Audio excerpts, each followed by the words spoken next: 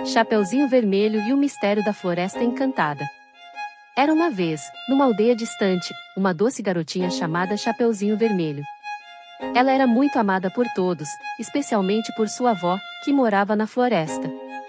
Chapeuzinho sempre usava uma capa vermelha, feita com muito carinho pela sua mãe.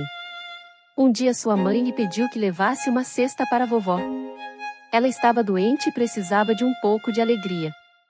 Porém sua mãe pediu para que ela se lembrasse de não sair do caminho da estrada.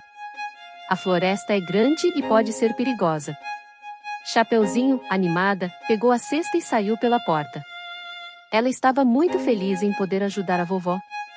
No caminho da floresta, Chapeuzinho não sabia, mas estava sendo observada por um lobo. O lobo, astuto e travesso, viu a menina e teve uma ideia maliciosa.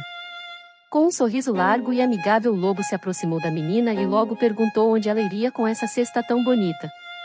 Chapeuzinho então respondeu que iria levar os bolos e frutas para sua vovó que estava doente.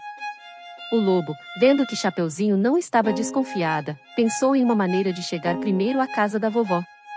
Ele sabia que podia enganar a menina, pois ela era muito inocente e confiava em todos.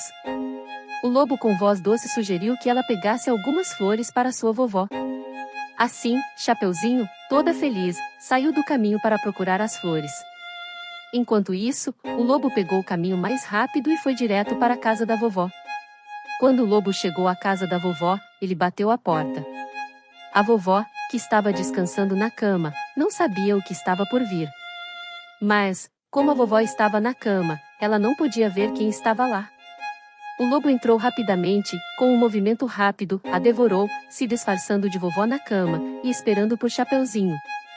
Quando finalmente, Chapeuzinho, voltou para a casa da vovó, ela percebeu que algo estava estranho.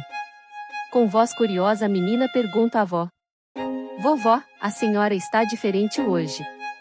Por que seus olhos estão tão grandes? O lobo com voz suave respondeu. É para te ver melhor, minha querida. Chapeuzinho achou estranho e perguntou novamente.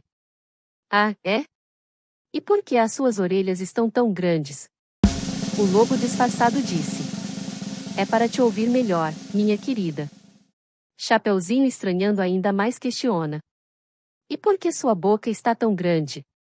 O lobo, então, revelando sua verdadeira identidade exclama. É para te comer melhor. E, com um sorriso travesso, o lobo pula da cama. Mas antes que o lobo pudesse fazer mais mal, um som alto e forte veio da porta.